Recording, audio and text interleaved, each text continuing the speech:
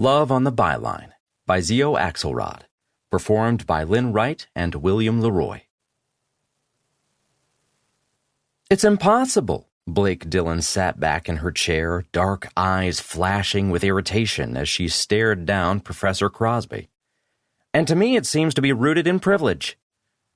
Ollie's heart beat hard with unnamed emotion, as it always did when he was near her, especially when she was fired up about something she believed in.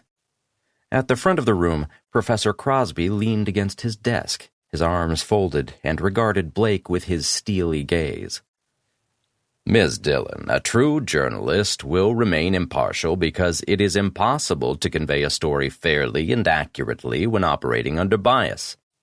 I see, Blake said, sounding not at all convinced.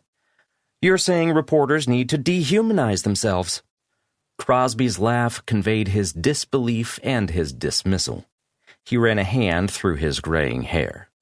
Of course not. Desensitize, then? This brought their professor up short, and Ollie found he was deeply invested in the answer. Journalism wasn't his major, but he was glad to have chosen the elective, and not only because it had brought Blake into his life.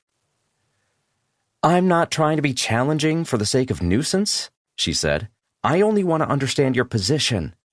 You assert that journalists cannot and should not become emotionally involved in the story, yes? Absolutely correct. Blake let out a sound that wasn't quite a laugh. I'm sorry, Professor, but unless the reporter is a chatbot, their emotions are going to be involved.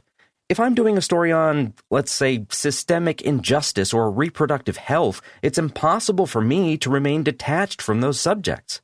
Then you recuse yourself from those stories. I'm sorry? She squared her shoulders, the movement drawing Ollie's attention to the curve of her neck and the way her hair curled against the shell of her ear. Then Crosby's words filtered through his distracted brain. Ollie raised his hand. Mr. Benjamin, you have thoughts on this? I wanted to clarify, Ollie said. You believe a journalist shouldn't cover a story that will emotionally compromise them? That's an excellent way of putting it. Crosby smiled as if he'd found an ally. Ollie could feel Blake's eyes on him. He turned to look at her, hating the frown that creased her brow, and turned back to the professor. Forgive me, but I'm not sure that's wise or even possible. Everything affects everyone, even if it's indirectly, Ollie said. Whether it's the weather, a stray cat in a tree, or war in a foreign country, it's all connected to all of us. I agree with Blake. It's impossible to be completely unbiased, especially if the bias is subconscious. Exactly, Blake agreed.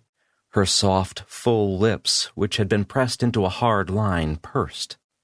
I would argue that it is a journalist's duty to become emotionally involved in certain stories. How else would you get to the heart of a thing? The connection is needed. What you are describing, Miss Blake, is activist journalism, Crosby said. I believe Professor Johnson's Black Issues class covers that. You should enroll. A hushed murmur filtered its way through the rest of the students.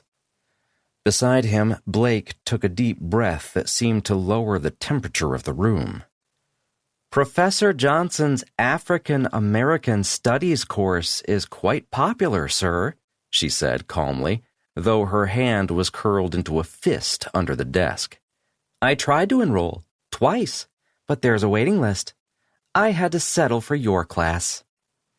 Several emotions passed over Professor Crosby's face in quick succession before it settled into a mask of indignance. He pushed off the edge of his desk and went to the board, a stretch of green slate that probably dated back 50 years. It might still be considered new in the centuries-old classroom. Of the 5 tenets of journalism, impartiality requires that you maintain a sense of neutrality when reporting a story, he said, scribbling the tenets on the board in hard, quick strokes of the chalk. When he finished, he tossed the chalk down and turned to face them.